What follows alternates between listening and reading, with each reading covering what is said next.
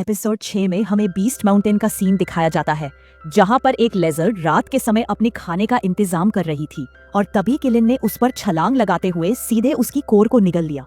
मगर उसे तो इस लेजर्ड की कोर का बिल्कुल भी मजा नहीं आया, क्योंकि वो टेस्ट में काफी ज्यादा गंदी थी। तो किंग्यान उससे कहता है कि ये तो एक लो लेवल की बीस्ट की कोर है, ऐसी कोर तो मैं तुम्हें फोकट में भी ना खाऊं, लेकिन तुम ऐसी वाहियात हरकतें करते हो जिससे तुम्हारे स्टैंडर्ड का पता चलता है। जिस पर किलिन कह रहा था कि तुम इतनी रात गए मुझे यहाँ पर लेके आए हैं, क्या तुम्हें पता भी है मुझे कितनी ज्यादा भूख लगी है? तुम्हारी ही वजह से मुझे वो गंदी कोर खानी पड़ी, ये सब तुम्हारी गलती है। और हाँ, मैं तुम्हें एक और बात बताना चाहता हूँ, वेलिन तुमसे काफी ज्यादा पावरफुल है, तो तुम्हें इस बात को एक्सेप्ट कर लेना चाहिए। जिस पर किंग्यान कह रहा था, क्या कहा तुमने? क्या तुम अपने मास्टर के सामने जबान चलाओगे? अब ये सुनते ही किलिन का मुंह तुरंत ही बंद हो गया। किंग्यान कह रहा था, आज मैं यहाँ पर ढेर सारे मॉन्स्टर को खत्म करके अपने लेवल को अप करूंगा, और यकीन मानो यही जंगल का कानून है। जिसके बाद वो किलिन को लेकर बड़ी ही तेज रफ्तार के साथ जंगल में छलांग लगा चुका। उसके रास्ते में आने वाला हर एक डेमोनिक बीस्ट बड़ी ही भयानक मौत मारा जा रहा था। किंग्यान का एक ही स्लैश इन्हें निपटाने के लिए काफी था, और तभी एक स्पिरिचुअल बीस्ट को किलिन ने भी भून दिया, जिसके चलते इनके डिनर का इंतजाम हो चुका था। साथ ही किंग्यान ने जितनी भी डेमोनिक कोर्स हासिल की थी, किलिन उन्हें अपनी फायर से रिफाइन करने लगा, जिसमें वो बुरी तरह से एग्जॉस्ट हो गया था। वो कह रहा था कि मास्टर आप काफी ज्यादा बेरहम हो, आपने तो मेरी बॉडी से फायर का हर एक कतरा छीन लिया, अब तो मुझे आराम की सख्त जरूरत है। तभी किंग्यान उसे बताने लगा कि हमने स्टार रिलेम के 8वीं स्टेज वाले लगभग 59 बीस्ट को खत्म कर दिया, और उन सभी 59 कोर्स को रिफाइन करने के बाद ये 8 किंग ग्रेड की मिड टायर पिल बनी है। तुम्हारी हेवनली कैटिक फ्लेम तो वाकई काफी ज्यादा गजब की है, ये सारी रिफाइनिंग की प्रोसेस मैं अकेला कभी भी नहीं कर पाता, इसीलिए 4 किंग ग्रेड की पिल्स तुम्हारी हुई और बाकी की 4 मेरी है। जो सुनते ही किलिन ने तुरंत ही अपना मुंह खोल दिया।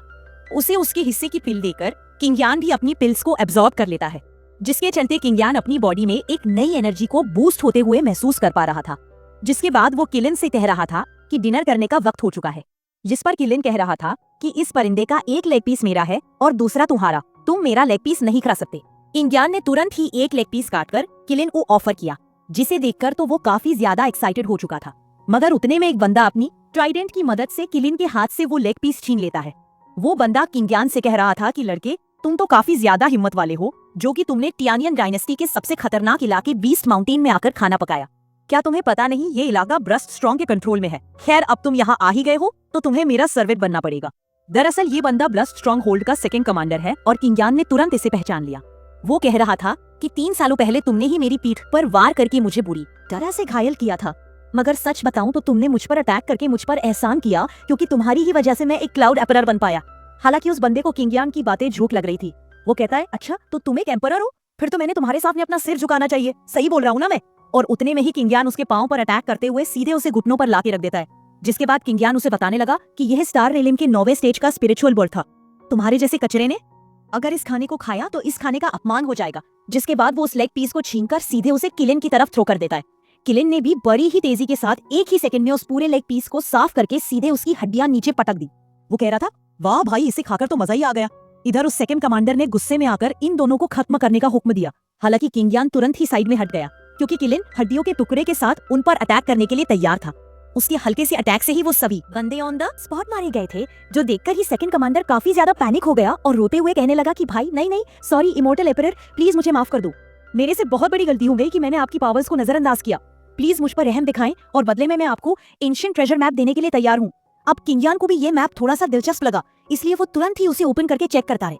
दरअसल उस मैप पर अजूर फ्लेम कर्मा फायर का लोकेशन मेंशन था, और ये देखते ही किंग्यान काफी ज्यादा हैरान हो गया। वो कह रहा था कि ये तो सबसे रेयरेस्ट फायर मानी जाती है, जिस पर वो सेकंड कमांडर कह रहा था बिल्कुल, और तभी उसने किंग्यान पर हमला करने की कोशिश की, लेकिन किलिन ने एक हड्डी फेंककर तुरंत ही उसे वहीं पर खत्म कर दिया था। जो देखकर तो किंग्यान भी अपनी स्पिरिचुअल बीस्ट से काफी ज्यादा इंप्रेस हो गया। और अब सीन शिफ्ट होकर हमें मिस्टी वैली दिखाई गई, जहाँ पर किंग्यान किलिन को लेकर पहुंच चुका था।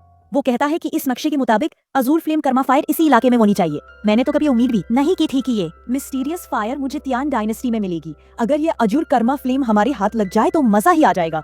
जिस पर किलिन कह रहा था कि ये फ्लेम टॉप 20 हेवनली फ्लेम में से एक है, मगर फिर भी तुम इस मामूली फ्लेम को इतना ज्यादा महत्व दे रहे हो। तो किंग्यान उसे समझाने लगा कि हेवन में टोटल 10 इमोर्टल एम्परर्स है, जिनमें से बस एक वॉइड ओरिजिन एम्परर के पास ही एक प्रोफाउंड फ्लेम पाई जाती, उसे येलो फ्लेम कहा जाता, और वो 50वीं रैंकिंग वाली फ्लेम है। मगर फिर भी उस येलो फ्लेम की वजह से उस वॉइड एम्परर को काफी ज्यादा महत्व दिया जाता है। अगर ये अजूर कर्मा फ्लेम इमोर्टल रेलिम में अपीयर हो जाती तो जरूर से वहां पर खून खराबा होता। हर एक एम्परर इसे एक दूसरे से हासिल करने की कोशिश करता, जिस पर किलिन कह रहा था कि अजूर फ्लेम मेरे हेवनली फ्लेम के सामने कुछ भी नहीं और तुम्हारे पास तो ऑलरेडी मैं हूँ, इसलिए तुम्हें थोड़ी बड़ी सोच रखनी चाहिए।